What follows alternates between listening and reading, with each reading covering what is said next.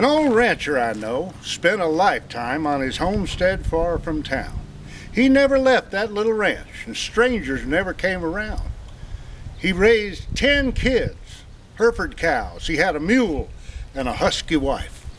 And he never had a notion to witness city life. Well, the young'uns, they'd all flown the coop, married off, and gone away. And he still had never been to town until one fateful day. You see, his oldest son came home to visit from Denver down below and said, "Pa, you need to see the world. Tonight to the city we'll go." So they loaded up, headed out, ready to see the sights. And from the mountain road that led on to town, he could see all those city lights. When they arrived, his eyes bulged out.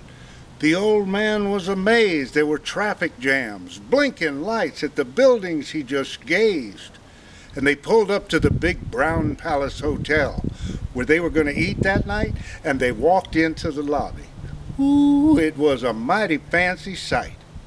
Now, while the boy made reservations, his pa just stood there by his side, when right before the old man's eyes, an elevator opened wide.